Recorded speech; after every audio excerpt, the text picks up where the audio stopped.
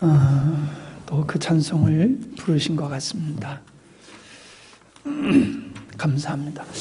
우리 이가온 집사님은 참 찬양이 아주 신선하게 느껴지는 찬양인 것 같아요. 준비를 조금 못해서 그렇지, 준비를 조금 더 잘했으면 훨씬 은혜로웠을 것 같은 생각이 듭니다. 요즘 우리가 요한계시록을 이렇게 공부하면서 제 마음속에 아주 두드러지게 확신되어지는 것이 뭐냐 하면은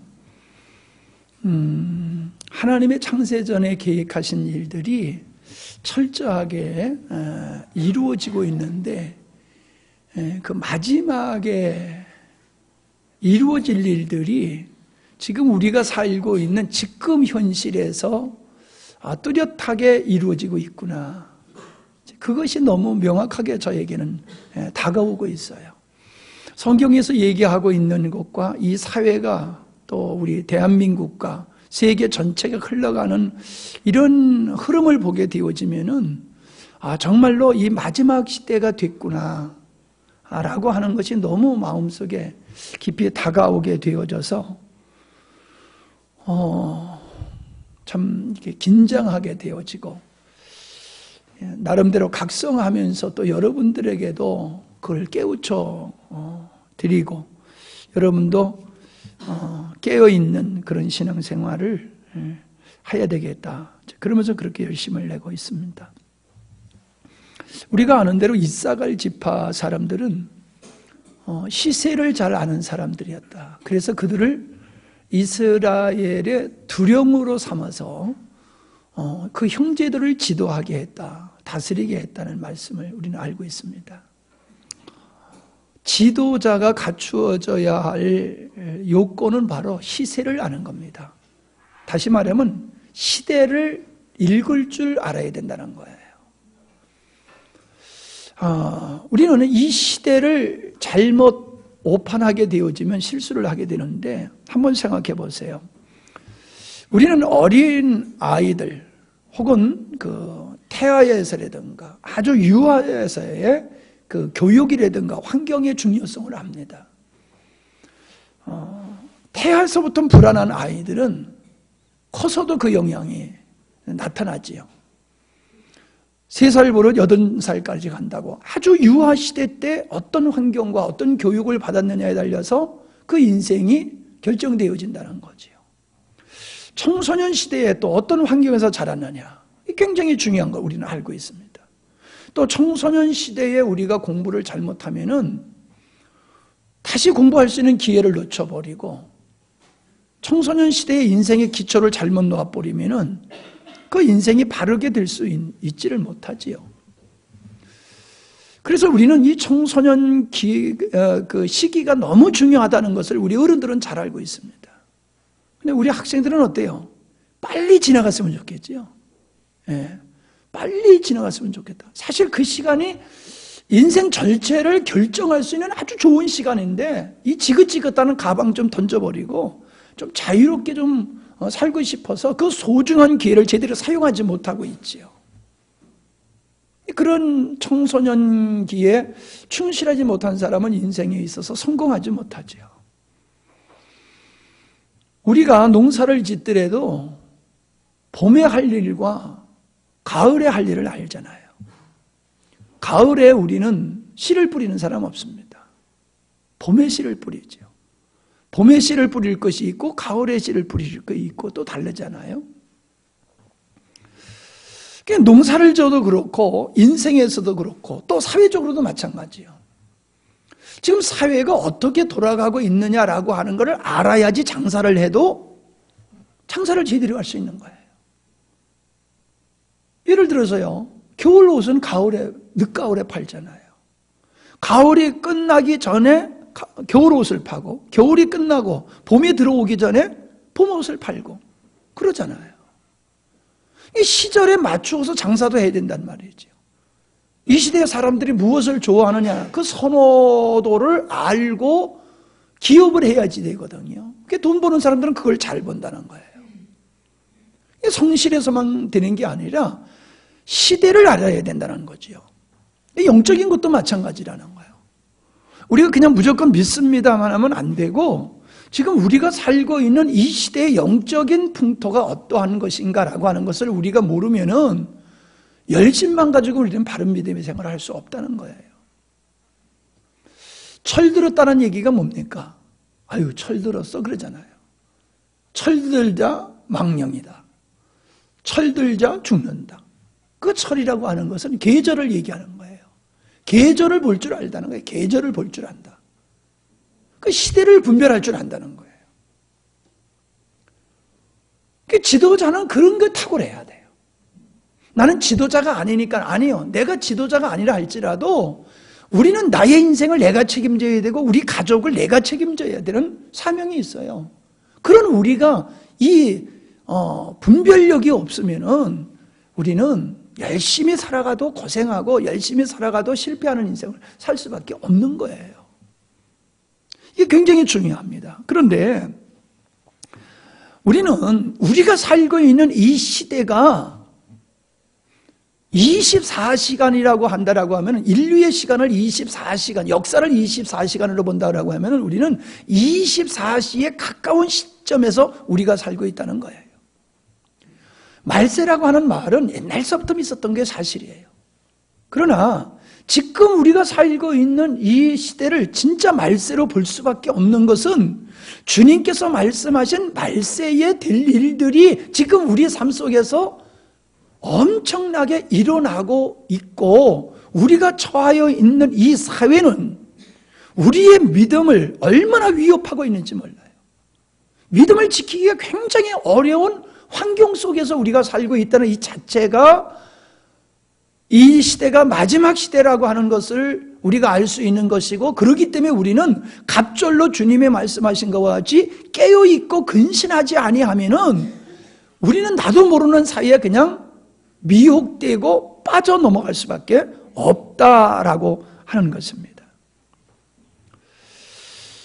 마태복음 25장을 펴놓고 말씀을 들으시기를 바랍니다. 이 복음서의 그 요한계시록이라고 할 수 있는 것이 바로 마태복음 24장이지 않습니까? 근데 나는 지금 그건 나중에 좀 얘기하겠어요. 이 마태복음 24장에는 주님이 오실 때에 어떤 일들이 일어날 것인가라고 하는 것을 제자들에게 말씀해 주신 건데, 간단히 얘기하면 난리와 난리, 전쟁이지요. 그 다음에 거짓 선지자의 출현, 그 다음에 복음의 땅끝까지 증거되어지는 것, 거짓 선지자 출현 얘기했죠. 그 다음에 무화과 나무의 비유, 그러면서 마지막으로 주신 말씀이 노아 시대와 같을 것이다. 누가복음에서는 롯의 때와 같을 것이다. 이런 말씀을 하고 있습니다. 우리가 이 여러 가지 말씀을 자세히 살펴보아도 되겠지만은, 그러나 가장 중요한 것은 복음이 땅끝까지 증거될 때에, 그때가 바로 예수님이 재림하실 때이다. 그리고 예수님이 재림할 때가 되어지면 모든 사람들은 먹고 마시고 시집가고 장가가는 일에 전념하게 될 것이다 라는 말씀을 하고 있다라고 하는 거예요. 그러면서 요한계시록을 통해서 보면은 24장, 마태복음 24장에서 거짓 선지자들의 출현을 통해서 믿음에서 떠나게 하는 이런 역사와 더불어서 세상이 교회를 박해하고 세상이 집단적으로 하나님을 대항하는 역사가 있어질 것을 말씀한 거, 그게 지난번에 여러분들에게 수요일날 나눠드렸던 요한복음 13장의 짐승과 666이라고 하는 거죠. 과거에는 이 교통수단이라든가 인터넷 이런 것들이 발달되지 않았기 때문에 이렇게 문화가 차단됐지요. 문화가 차단됐었어요. 근데 이제는 이 통신망이 너무 발달돼 가지고 지구 저쪽 편에서 일어나는 것이 그냥 몇 시간 만에 세계의 모든 사람이 다 알 수 있을 정도로 정보 공유화되어지고 있는 시대에 우리가 살고 있다는 거지요. 그러니까 이제는 숨을 곳이 없을 정도로, 숨길 것이 없을 정도로 세계의 모든 것이 하나 되었고, 급속도로 이런 정보 교환에 이루어짐으로 말미암아 사람들의 생각이, 문화가 점점 하나로 만들어지는 그런 것을 우리가 볼 수 있어요. 그런데 그런 것 속에서 우리가 두드러지게 나타나고 있는 것이, 우리가 수요일에도 계속 말씀드리고 있지만은, 현대인들이 가지고 있는 생각하는 그 사상이 하나님을 부정하고 하나님을 대항하는 쪽으로 이 세상의 모든 사람들이 그렇게 지금 만들어져 가고 있다는 거죠. 그것을 통해서 배교의 역사가 집단적으로 일어나고, 세계적으로 하나님을 부정하고 하나님을 대항하는 이러한 풍조가 지역적으로 일어나는 것이 아니라 세계화되어지고 있다.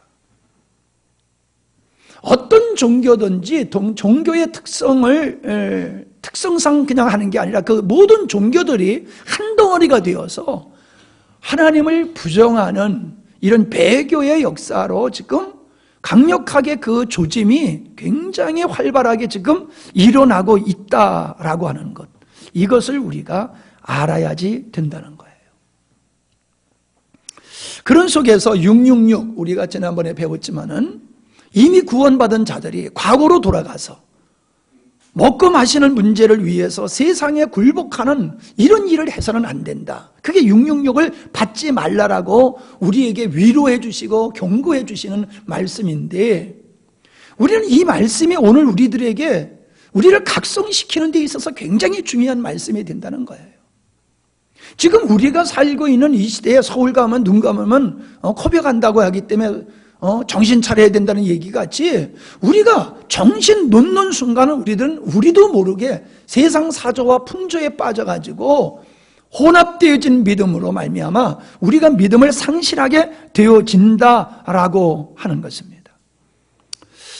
우리는 이 사회가 도덕과 윤리적으로, 종교적으로 완전히 진리이신 하나님을 부정하고 말씀을 부정하고 인간들이 왕이 되어져 있는 그런 사조로 아주 강력하게 흘러가고 있는 이 모습을 우리는 그냥 간과해서는 안 된다라고 하는 겁니다. 저녁이 되어지면 집으로 들어가야 되고, 비가 오게 되면 빨리 비설거지를 해야 되잖아요.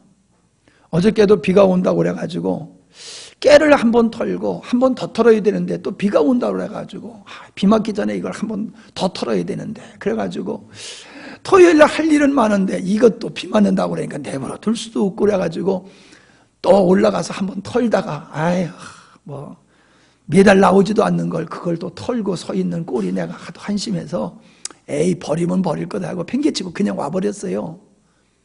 근데 사실 농사 짓는 사람들은 비가 온다라고 하면은 그거 비 맞추면 안 되잖아요. 빨리 그거 추수해야 되지. 그냥 어물어물하다는 비 맞춰가지고 다 썩혀버리잖아요. 1년 농사 짓는 거 다 없애잖아요. 그러니까 시대를 알게 되어지면 밤새워서라도 일을 하고 추수를 해야 되는 게 우리가 살아가는 삶인 것과 같이 영적으로도 그렇다는 거예요.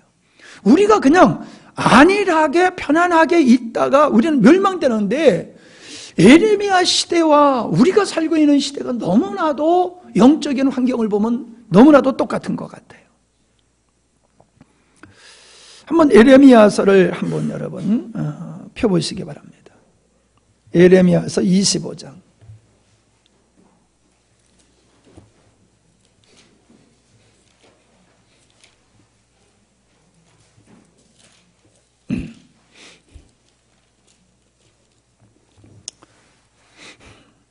에레미야서 25장.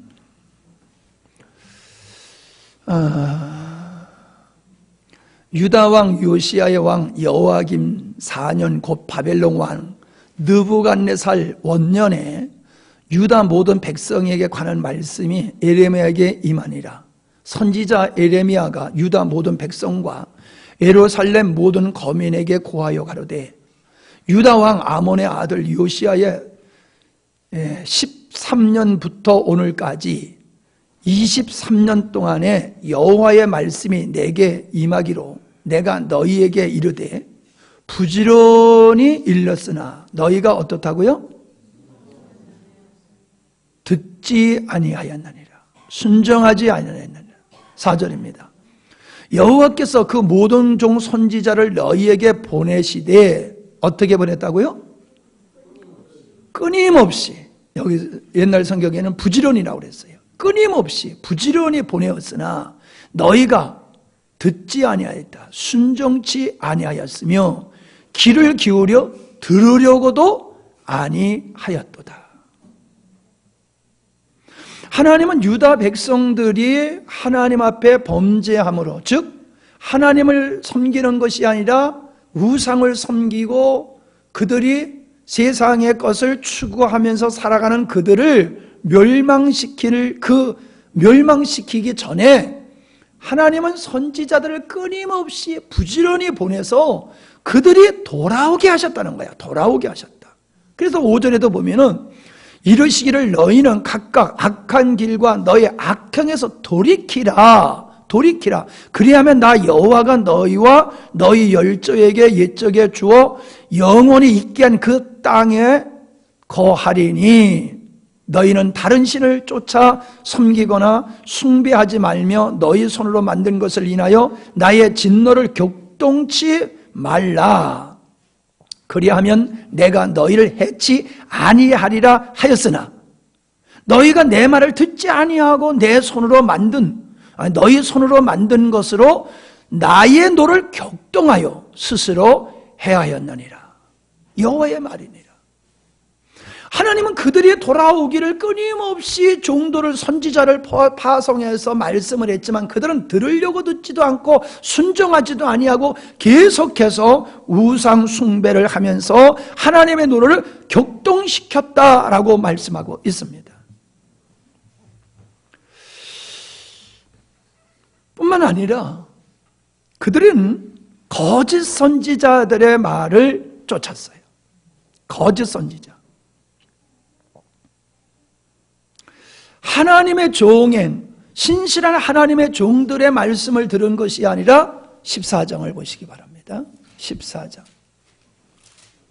거짓 선지자들의 말을 그들이 들었어요. 이걸 다 읽어야 되는데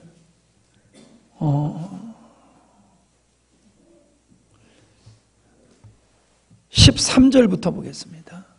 이에 내가 가로되 슬프도소이다. 주 여호와여 보시옵소서.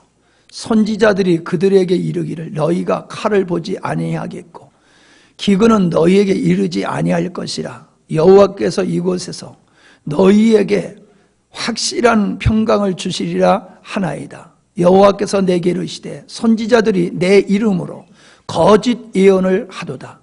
나는 그들을 보내지 아니하였고 그들에게 명하거나 이르지 아니하였거늘 그들이 거짓 계시와 복설과 허탄한 것과 자기 마음의 속임으로 너희에게 예언하였도다.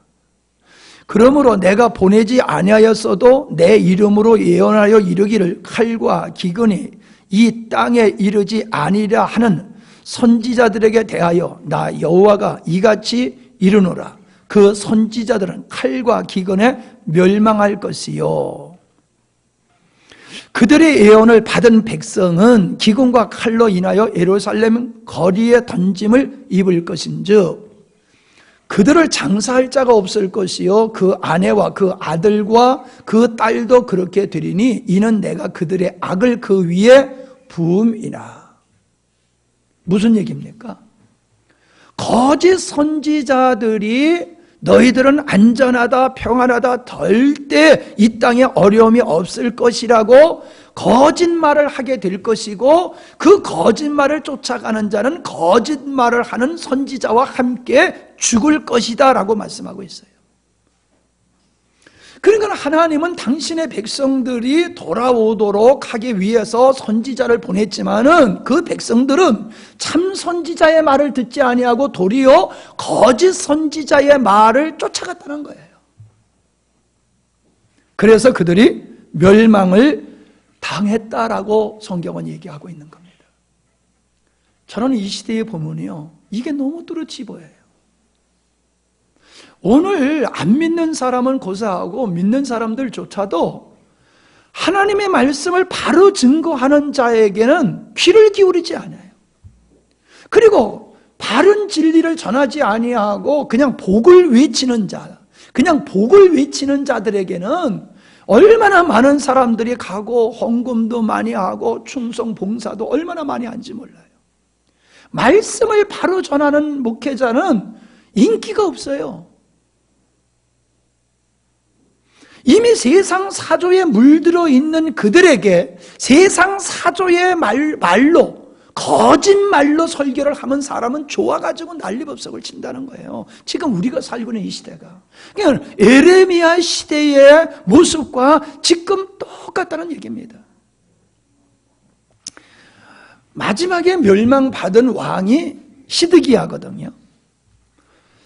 시드기야는 예레미야서 38장에 보면은요, 그에게 하나님께서 예레미야를 통해서 항복하라고 그래요. 바벨론에게 항복하라. 그런데 내가 항복을 하면 살 것이라는 거예요. 그만 살아요? 민족이 다 사는 거지요. 그런데 항복하라고 하는 그 예레미야의 말을 듣지 아니하고 그가 끝까지 바벨론에 반응하다가 그가 자기들 앞에서 자녀들이 다 참수당하는 것을 보고 그 눈이 뽑혀가지고 바벨론으로 포로로 끌려가게 되어지며 나라가 완전히 멸망되어지는 그런 일을 볼 수가 있습니다.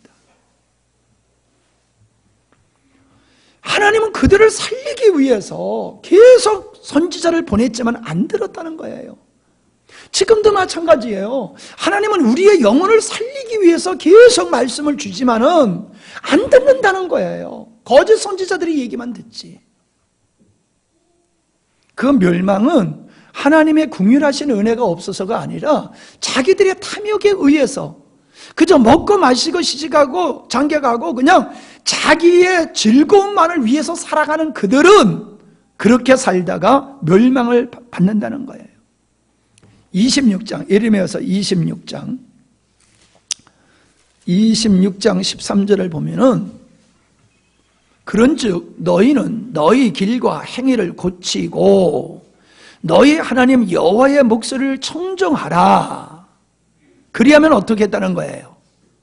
여호와께서 너희에게 선고하신 재앙에 대하여 뜻을 돌이키시겠다는 거예요. 뜻을 돌이키시겠다고. 비록 그들을 멸망하기로 작정했다 할지라도 그 멸망하기로 작정한 그 이유가 어디 있느냐? 하나님을 향한 길을 버렸다는 거예요. 그러니까 하나님께로 다시 돌아오고 하나님을 떠나서 자기들을 위해서 살아가는 그 악한 행위를 고치고 하나님의 말씀에 청정하게 되어지면은 하나님의 재앙을 내리실 이유가 어디 있냐는 거예요. 재앙을 내리려고 했던 뜻을 돌이키시겠다고 그렇게 말씀하시는 거예요. 근데 그들은 끝까지 하나님의 말씀을 정정치 아니하고 자기 길로 가다가 멸망을 받았음을 우리는 역사적으로 잘 보고 알고 있는 겁니다. 지금 우리나라가 어떻습니까? 불과 기독교가 들어온 지 130년이 좀 넘은 이 시점에서 기독교는 이제 생명력을 상실해버렸어요. 그래서 교회 지도자들은 명예를 원하고 권세를 원하고 완전히 세속화되어 있어요.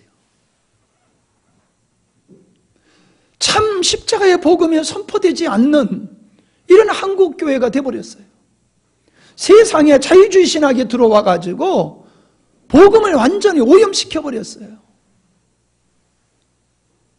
이게 한국교회예요. 사회적으로 보십시오. 이 민족이 얼마나 가난했던 민족입니까? 그러나 복음이 들어오면서 이 민족이 하나님께로 돌아왔을 때에 하나님은 놀라운 경제 부흥을 주셨지요. 그래서 세계 10위권에 들어가는 그런 경제 대국이 됐잖아요. 경제 대국이 되어진 지금의 한국의 우리의 모든 문화와 사회적인 풍조를 바라보면은 소돔이 돼버렸잖아요. 소돔이 돼버렸잖아요.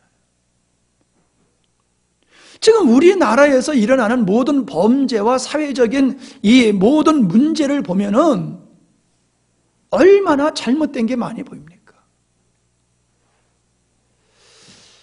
뭐 나는 사회학자가 아니기 때문에 그걸 조목조목 다 이렇게 여러분에게 자세히 설명할 수는 없지만은 이 3대 악, 추방하자라고 하는 이 3대 악의 근원이 이게 가난한 나라에서 이루어지는 게 아니잖아요. 잘 먹고 잘 살수록 이 땅은 범죄화되어져 가고 있어요. 잘 먹고 잘 살수록 인간은 타락하고 있어요. 하나님을 향해 등 돌리고 있어요. 하나님을 향하여 아주 발악을 하고 있습니다. 우리는 이런 사회적인 도덕과 윤리의 그 타락뿐만 아니라 안전불감증이라는 게 뭡니까? 안전불감증이라고 하는 것은 안전을 생각하지 아니하고 모든 그 불의한 일을 저지르는 거지요. 공사를 시멘트가 들어갈 만큼 써야 되고 철근이 들어갈 만큼 해야 되는데 돈을 버는 게 아니죠. 도적질하는 거죠. 도적질을 하잖아요.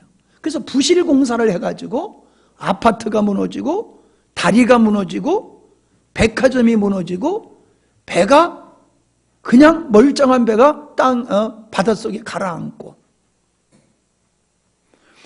국방을 위한 이 안보를 위해서 만든 그 방산 무기 1억 원짜리를 갖다가 2억 원에 납품을 하는 이 웃기지 못할 일들이 이게 나라의 안전을 생각하고 국민의 안전을 생각하는 게 아니잖아요. 그냥 돈만 되면 무슨 짓이든지 하는 이 안전불감증이라는 게 다른 게 아니에요. 돈만 되면 무슨 짓이든지 하는 게 이게 우리나라예요. 사람들한테 물어봤대요. 10억을 주면은 무슨 일이든지 하겠느냐 그랬더니 무슨 일이든지 하겠다. 그건 무슨 일이 뭐예요? 사람을 죽이는 데까지 하겠다는 거예요. 돈만 준다라고 하면. 우리는 이 사회가 진짜 돈을 우상화하고 돈을 위해서 모든 사람들이 완전히 그 미친 사람들과 같이 살아가고 있는 이 시대에 이게 정상적인 나라냐? 아니라는 거죠. 특정한 사람뿐만 아니라 우리 모두가 그래요. 지금 우리나라의 이 땅굴 문제로 굉장히 아주 지금 땅굴 문제가 이슈화되어 가지고 어저께도 서울역 광장에서 이 땅굴을 규명해야 된다라고 하는 촉구 대회가 있었단 말이죠. 아니 국방부가 나는 그래요. 솔직히 이 땅굴이 아니라고 하는 것이 나는 그렇게 됐으면 좋겠어요. 그러나 우리나라에서도 국방부에서도 미국에서도 북한이 지금 20여 개의 땅굴을 파고 있다라고 하는 건 인정하고 있어요. 그런데 그 땅굴이 어디까지 왔느냐라고 하는 것도 모르고 그걸 지금 찾아내지를 못하고 있어요. 않는 건지 못하는 건지. 분명히 땅굴은 20여 개가 지금 남한 쪽으로 파고 있다는 건 인정하면서 그걸 찾아내려고 하는 노력을 하는지 안 하는지 지금 깝깝한 상황에 있는 거죠. 그런데 그것이 국민들이 땅굴 파는 그 조짐을 이렇게 알고서 제보를 해더라도 국방부에서 그거를 완전히 무시하고 있어요. 아, 이게 땅굴이다 그러면 와서 봐야 될 거 아니에요? 근데 와보지도 않고 그건 아니야 라고 얘기해버린다는 거예요. 민간인들이 개인 돈을 들여서 목숨을 걸고 땅굴을 찾는데 국가는 그 일을 안 하고 있다는 거예요. 그 땅굴을 얘기하는 분들의 말이 맞다라고 하면은 김정은이가 말하는 대로 대한민국을 3일 만에 적화통일하는 건 시간 문제인 것이 그건 분명한 거예요. 너무나도 시간 문제예요. 3일 만에 남한을 적화통일시키는 것은 그건 너무나 쉬운 거예요. 그러면은 국가가 그것이 진짜 땅굴인지 아닌지는 국방부와 국가가 그걸 규명해야 된다는 거예요.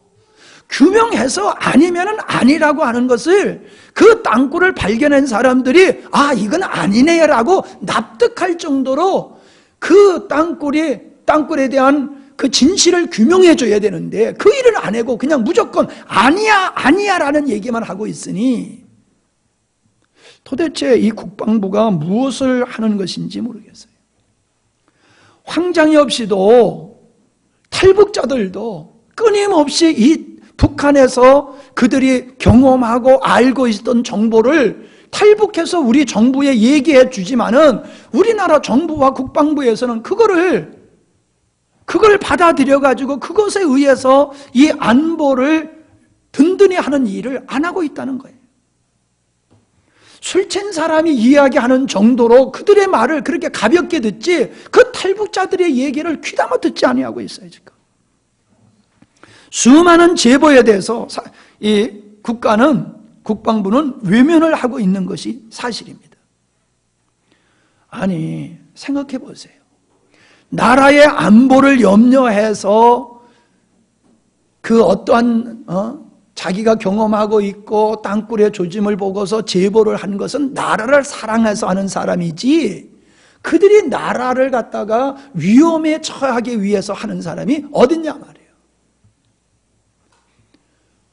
아니 누구요?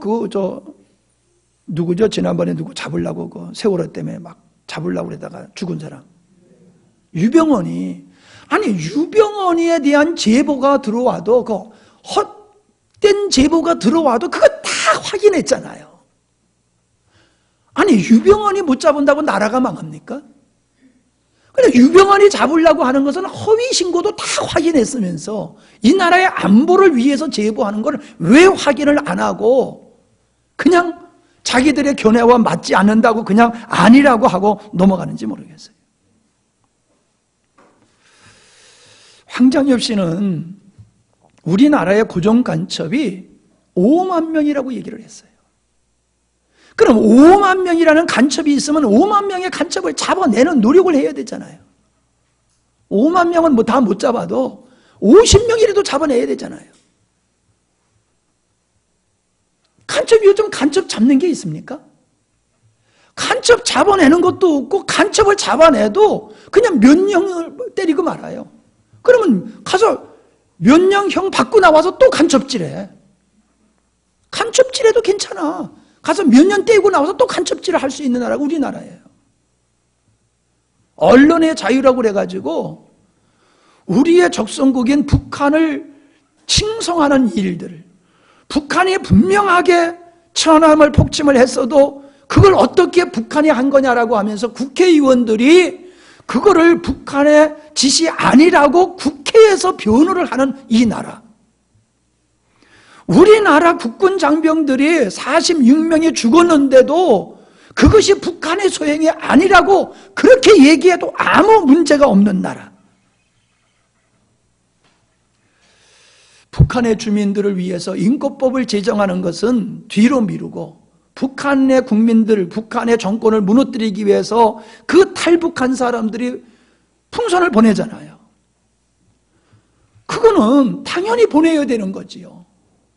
그런데 저쪽에서 폭격을 한다고 하니까 그 주민들이 야 그러다가 우리 죽는다 보내지 말라. 그들은 그렇게 할 수가 있는 거지요. 자기들이 살고 있는데 폭탄이 날라올까 봐. 그런데 거기 살지도 않는 전문 대목군들이 거기 가서 복면을 쓰고 칼을 가지고 전단지를 뺏고 풍선을 찢어버리고 해더라도 경찰들이 그걸 보고 가만히 있는 거예요. 이게 무슨 나라가 그러냐 말이에요. 그들을 잡았다가도 그냥 풀어주는 거예요. 경찰이 북한을 동조하는 세력들을 그냥 내버려 두고 정말로 나라의 안보를 위해서 하는 사람들에게는 그냥 방치함으로 말미암아 그들이 얼마나 어려운 고난을 겪고 있는지 모릅니다.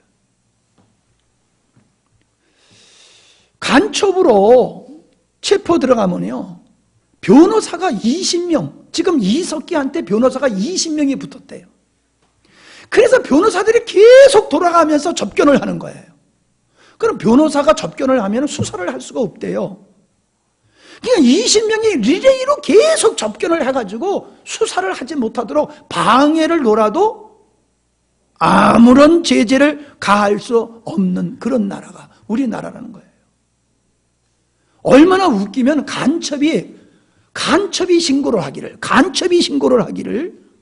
변호사들이 와가지고 북한의 그 국정원을 뭐라고 그래요? 우리나라 국정원이고 북한에는 보위부에 대해서는 일절 모른다고 묵비권을 써라. 절대로 보위부에 대해서는 모른다고 말해라. 변호사가 가가지고 그렇게 사주를 하더라는 거예요. 그러니까 변호를 할 게 있지, 북한을 동조하는 변호를 우리나라 변호사들이 그렇게 하고 있어도 아무런 제재를 가하지 않는 이 나라. 서울시장이 말하기를 광화문에서 김일성 만세를 외쳐야지 우리나라는 진정한 민주화가 되는 나라다. 아니, 서울시장이 하는 말이 그거예요. 광화문에서 누구든지 김일성의 만세를 외쳐도 괜찮은 나라가 돼야지 진짜 민주화가 되는 나라라고 하니, 그럼 여러분, 정말로 누구나 광화문에서 김일성의 만세를 외치면 그게 자유민주주의와 공산화된 거예요. 그럼 공산화가 돼야지 가능한 거예요. 어떻게 이 땅에서 자유민주주의 체제에 있는 이 나라에서 누구나 그 광화문에서 김일성의 만세를 외쳐도 되는 게, 그게 어떻게 민주주의냐 이 말이에요. 그런데 그런 것을 갖다가 그게 참다운 민주주의라고 얘기를 하면서 언론의 자유를 이야기함으로 말미암아, 인권을 얘기함으로 말미암아 북한을 동조하는 이야기를 얼마든지 할 수 있는 그런 나라가 지금 자꾸 되어가고 있다는 거예요.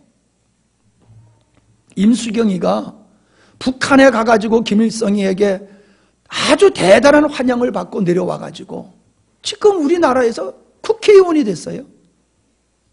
탈북자들을 북한에서 뭐라고 그러냐면 배신자라고 얘기를 하고 있거든요. 그런데 그 배신자라는 말을 임수경이가 하고 있어요. 저 배신자들이라고. 아니, 그들이 왜 배신자입니까? 북한에서 봤을 땐 배신자지만 우리가 봤을 때는 살자고 넘어온 사람들인데, 살자고 넘어온 사람을 어떻게 배신자라고 말할 수 있냐 말이에요. 여러분들이 배신자라고 얘기하면 그래도 이해가 돼요. 그 여자는 김일성이한테 환대받고 내려온 여자란 말이에요. 국회의원이라는 사람이 북한에서 쳐들어오면은 이 땅에서 폭력을 일으켜야 된다, 사회를 혼란시켜야 된다. 그게 아로 조직이잖아요, 이석기. 통진당들이 하는 이야기를 보면은 이게 북한의 대변자고 그들이 하는 일을 대행하고 있는 그런 역할을 하고 있는데도 그런 집단이 정당으로서 활동을 하고 그런 사람들이 국회에서 얘기를 하고 있으니 이 나라의 미래가 어떻게 되겠냐는 거예요. 국회의원이라는 사람들이 인권법이라고 하는 것을 통해 가지고 동성애를 조장하는 이런 법을 만들려고 하고 있는 이런 국회,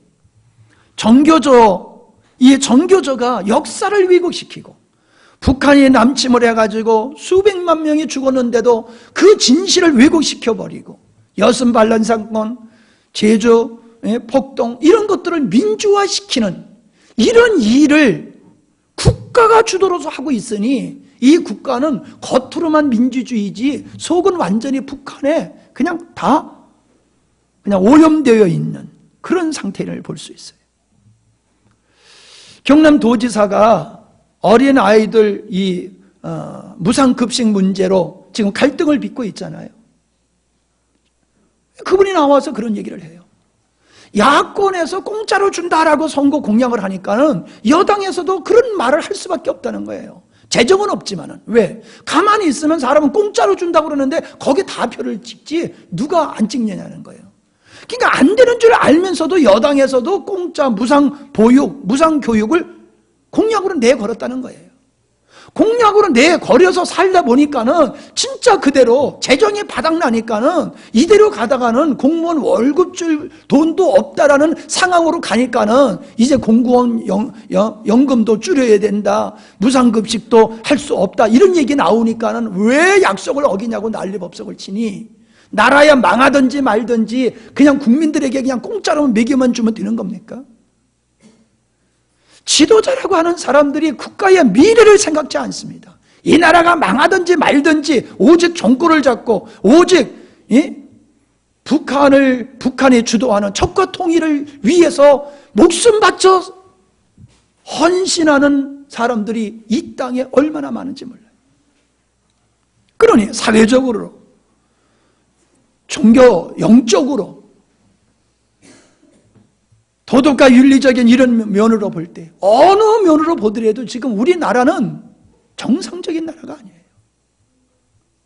마치 산소 마스크를 끼고 있는 이 환자와 같고 암세포가 온몸에 퍼져 있는 이러한 모습이라고 저는 그렇게 봐져요. 에레미야 시대에 그들은 하나님의 진노로 말미암아 그들은 멸망받아야 될 수밖에 없었던 그 상황에서 하나님은 회개하고 돌아오라고 외쳤지만 안 돌아왔어요.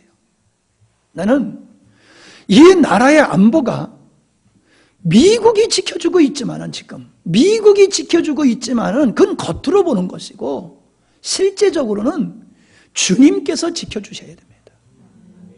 주님이 이 나라 지켜주셔야 되는 거지, 주님이 이 나라 지켜주시지 아니하시면은 이 민족은 하루아침에 망할 수가 있어요. 여러분, 전쟁이 일어나서 우리가 적과 통일이 안 된다 할지라도 일단 전쟁만 났다고 하면 우리나라는 망하는 겁니다.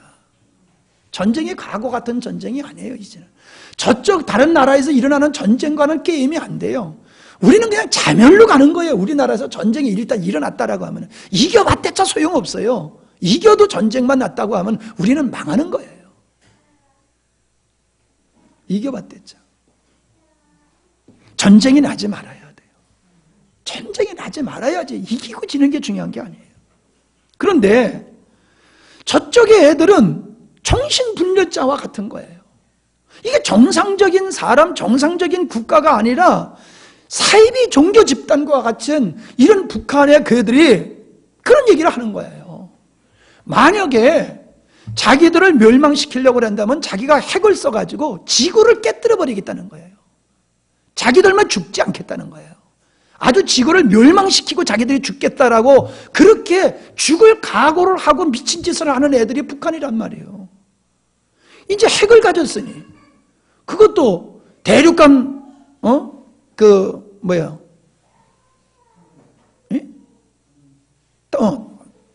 탄도미사일, 그리고 잠수함에서 쏠 수 있는 그런 것까지 지금 개발되고 있으니 잠수함으로 가가지고 미국 앞에 가서 뻥 쏘면은 미국도 이젠 꼼짝 못해요. 핵이라고 하는 것은 이건 쓰면 안 되는 무기거든요. 근데 북한은 플루토늄이 있기 때문에 얼마든지 앞으로 핵을 만들 수 있고 또 소형화를 시킨다라고 하면은 이건 상상할 수 없는 날. 그러니까 핵을 가지고 있어도 이건 써먹자는 게 아니라 정제를 억제하기 위함인데, 얘네들은 전쟁을 억제를 하는 게 아니라 이걸 가지고 남한을 먹겠다는 거예요, 얘네들은. 그리고 그걸 막으면은 아주 세계를 깨뜨려 버리겠다라고 하는 애들이에요. 이걸 이 미친놈들을 어떻게 무얼로 막습니까? 못 막아요. 걔네들은 60년 동안 적화 통일을 위해서 준비한 애들이에요. 오직 국면이야 죽든지 살든지 남한을 통째로 먹는 거, 그것밖에 없어요. 그런데 우리는 그것을 지금 얼마나 인식하고 있냐는 거예요. 무덤덤해요. 그냥 데워지는 물속에 죽어가는 그 개구리 모양 지금 우리 온 국민들은 그런 상태에 있어요. 평안하다, 평안하다, 안전하다, 안전하다. 아니에요. 지금 에레미야가 이스라엘, 유다의 멸망을 앞에 놓고 그가 눈물로 그가 애통하며 기도했듯이 지금 이 나라를 구원할 수 있는 길은 하나님밖에 없어요. 우리가 기도하지 아니하면 이 나라의 미래는 없어요. 아니, 지금 내가 얘기하는 얘기가 제발 틀렸으면 좋겠어요. 하나님이 역사 안 해도 괜찮은 나라가 됐으면 좋겠어요. 그러나 하나님을 의지하지 아니하고 인간적인 어떠한 면으로 나가다 보면은 그 미친놈들에 의해서, 미친놈들이라고 내가 얘기를 해요. 그들에 의해서 이 나라가, 우리 미래가 어떻게 될지 몰라요. 우리는 성경에서 바벨론 사레립이 와서 이스라엘을 조롱했을 때에 히스기야 왕은 하나님 앞에 나가서 엎드려 기도했어요.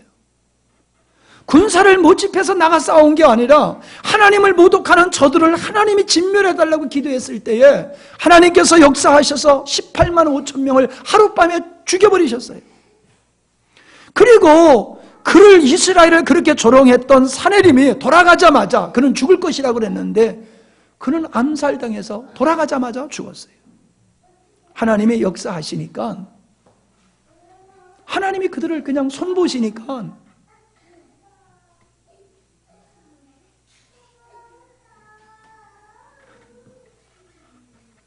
군사를 일으키지 않아도 그런 환경에서 극복할 수가 있었어요. 여러분이 이스라엘의 6.1 전쟁에 그 인터넷에서 찾아보면 나와요. 6.1 전쟁 때 이집트의 군인들이 그냥 무기를 그대로 놔두고 그냥 도망간 거예요. 싸우지도 않고. 그들은 아주 무서운 소리를 듣고 어마어마한 군대가 몰려오는 거로 그냥 그렇게 착각하고 그냥 도망갔던 거예요. 성경에 나오는 그들이 자기들끼리 싸운 것과 같이 이집트의 군대들이 그런 소리를 듣고 그냥 도망가 버린 거예요. 멀쩡한 모든 탱크와 무기들을 그냥 놔두고요. 한 사람이 수백 명의 포로를 끌고 오는 거야. 한 사람이 군인 병사가 낙오가 됐는데 그냥 그들을 보자마자, 한 사람을 보자마자 다 손들고 그냥 따라오는 거예요. 왜 그랬느냐? 한 사람으로 보인 게 아니에요. 엄청난 군사로 그들의 눈에 보였다는 거예요. 그래서 6.1 전쟁이 성공적으로 이길 수가 있었던 거. 그들이 전쟁을 잘해서가 아니라 하나님이 이스라엘 편에서 싸우시니까는 그 구약에 있었던 역사가 오늘 현대에도 일어나더라는 거예요. 남의 얘기만 안 해요. 우리나라가 6.25로 낙동강까지 물려가지고 이 그냥 깔고 앉고 뭉겨버리면 이제 완전히 적화통일이 되는 그때에 유엔군들이 들어오지 않습니까? 근데 유엔군들이 우리나라에 파병되는 게 그게 쉬운 문제냐 말이에요. 유엔에서 결의를 해야 돼요. 그런데 그 당시에 소련에서 그래보는 파병을 못하는 거예요. 근데 그걸 결의하는 순간에 이 소련의 그 대표가 화장실을 갔는지 어딜 가버렸어. 아니 그 중요한 거를 결의해야 되는데 똥을 싸도 앉아서 있어야 될 텐데 어디로 가버렸어. 그 결의하는 시간에. 그래서 땅땅땅 결의가 돼가지고 유엔군들이 들어와서 이 나라를 살렸던 거 아니에요. 아니 그게 우연의 역사요? 아니 세상에 소련에서 무기 줘가지고 전쟁을 일으킨 그 전쟁에 유엔이 가입을 하게 되어지면 어떻게 되는 거예요?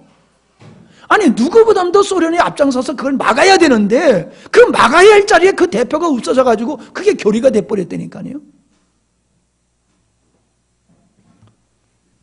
바벨론 왕 느부갓네살 왕이 교만하니까는 하나님이 그를 미쳐버리게 해버렸어요. 그래서 7년 동안 짐승하고 같이 저 들에서 이슬 먹고 자란 역사가 있었어요. 하나님께서 이스라엘 백성들을 바벨론으로 70년 동안 포로 생활한 후에 돌아오게 하신다라고 했더니 그 돌아오게 하는 역사가 이스라엘 백성들이 모세가 가가지고 야 우리 내보내달라 이렇게 얘기한 거 아니에요. 왕이 스스로 책을 보다가 한번 보세요. 에스라서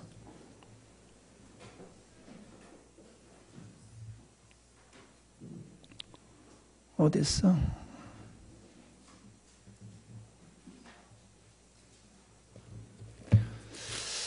에스라서 1장을 보세요. 바사왕 고레스 원년에 여호와께서 에레미야의 입으로 하신 말씀을 응하게 하시려고 에레미야를 통해서 70년이면 돌아올 거라고 예언하셨거든요. 그 예언하신 말씀을 이루시려고 바사왕 고레스의 마음을 감동시키심에 저가 온 나라에 공포도 하고 조소도 내려가로되 바사왕 고레스는 말하노니 하늘의 신 여호와께서 세상 만국으로 내게 주셨고 나를 명하사 유다 예루살렘에 전을 건축하라 하셨나니 이스라엘의 하나님은 참신이시라. 너희 중에 무릇 그 백성된 자는 다 유다 예루살렘으로 올라가서 거기에 있는 여호와의 전을 건축하라.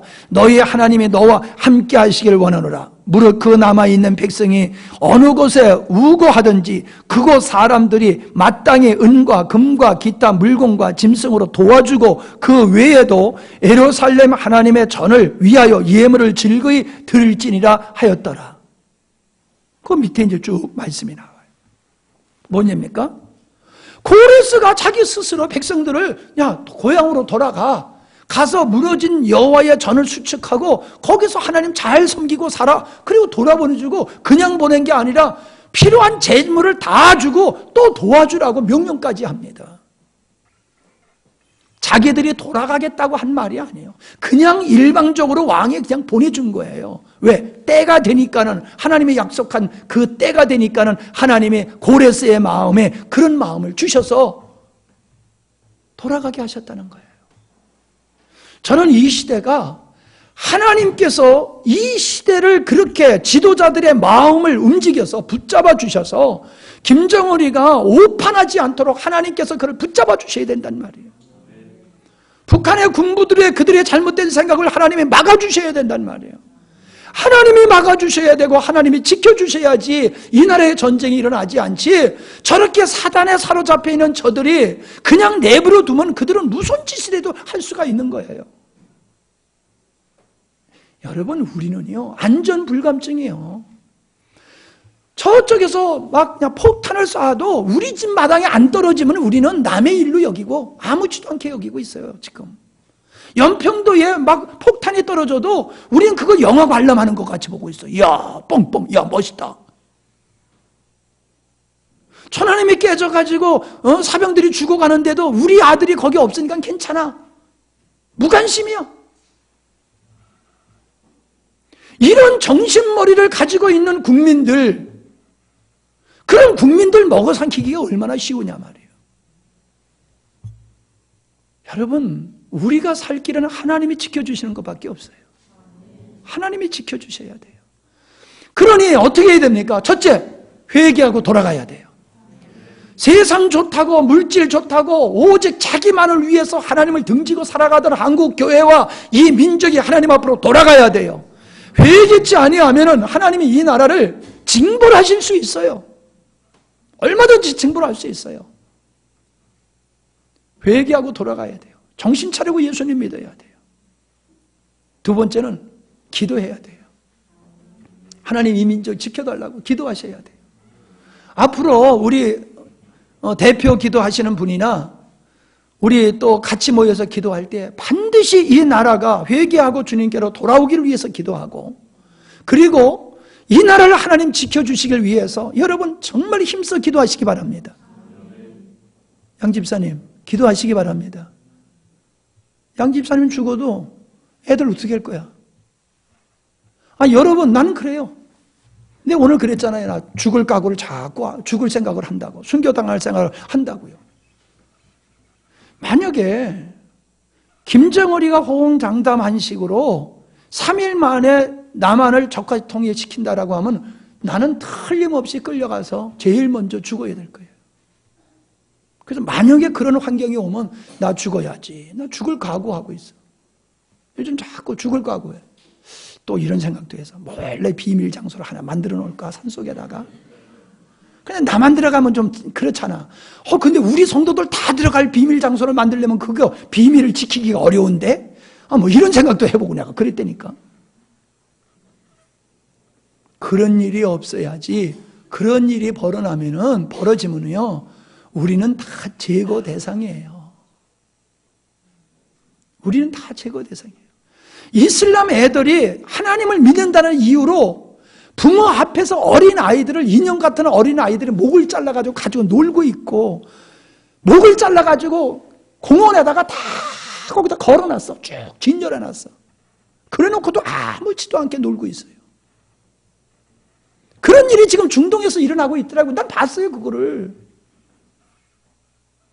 걔네들보다도 더 잔인무도한 애들이 저쪽 애들이에요.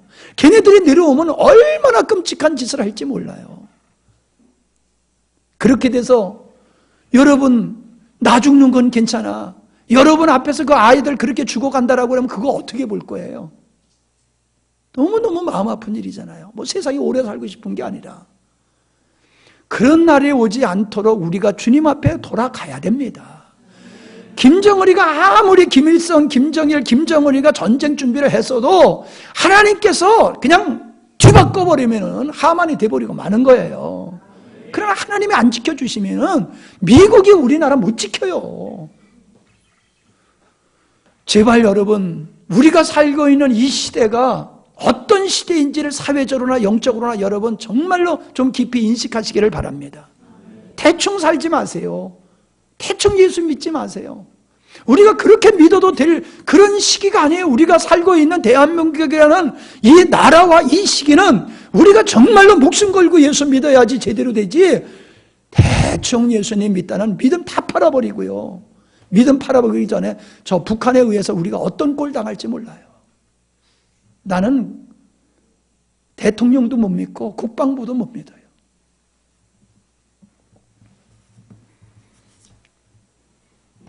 우리는 이 시대를 바라보면서 정말로 깨어 있어서 기도하지 아니하면 안 됩니다. 국정원 믿을 필요도 없어요. 주님 믿어야 됩니다. 주님 믿으셔야 돼요. 이제 여러분 기도하실 때마다 이거를 위해서 여러분 힘써 기도하시기 바랍니다. 우리 어린아이들도 우리 예원이도 열심히 그걸 위해서 기도해야 돼. 예. 엄마 아빠 다 죽으면 너 혼자 어떻게 살아갈래? 살아갈 능력이 있어? 못 살아가.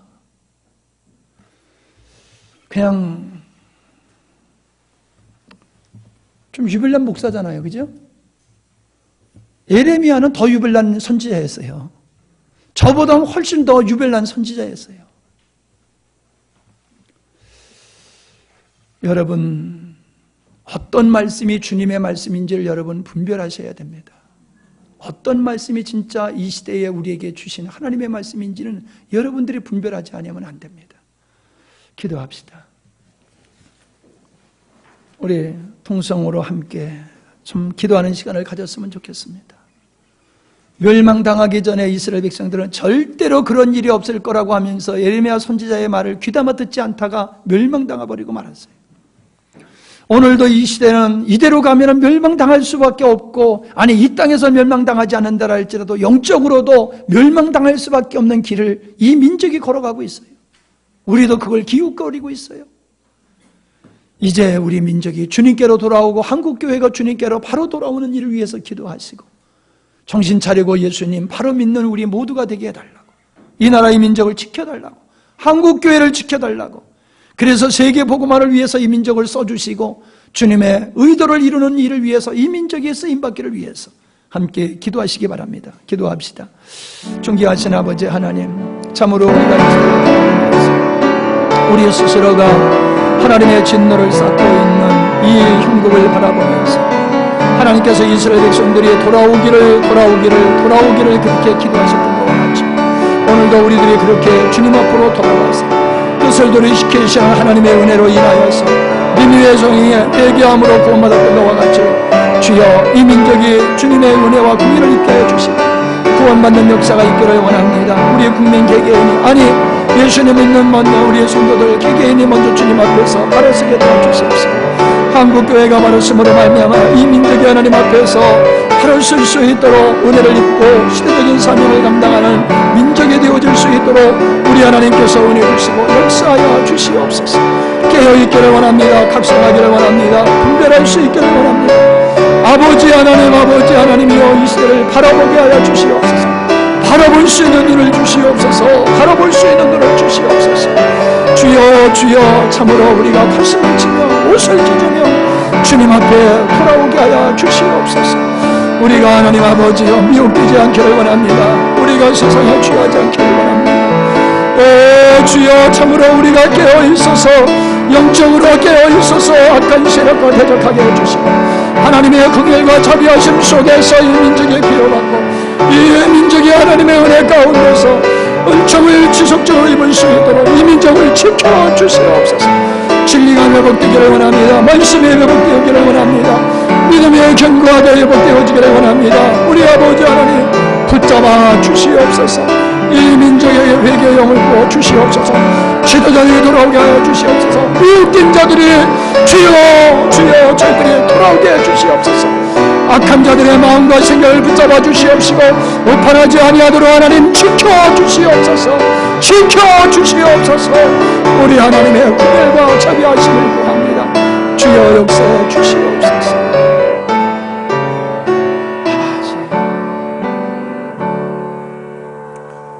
주님, 영적으로 사회적으로 우리가 살고 있는 이 시대가 어떤 시대인가를 우리가 명확하게 볼 수 있기를 원합니다. 주님께서는 깨어있으라 근신하라 하셨습니다.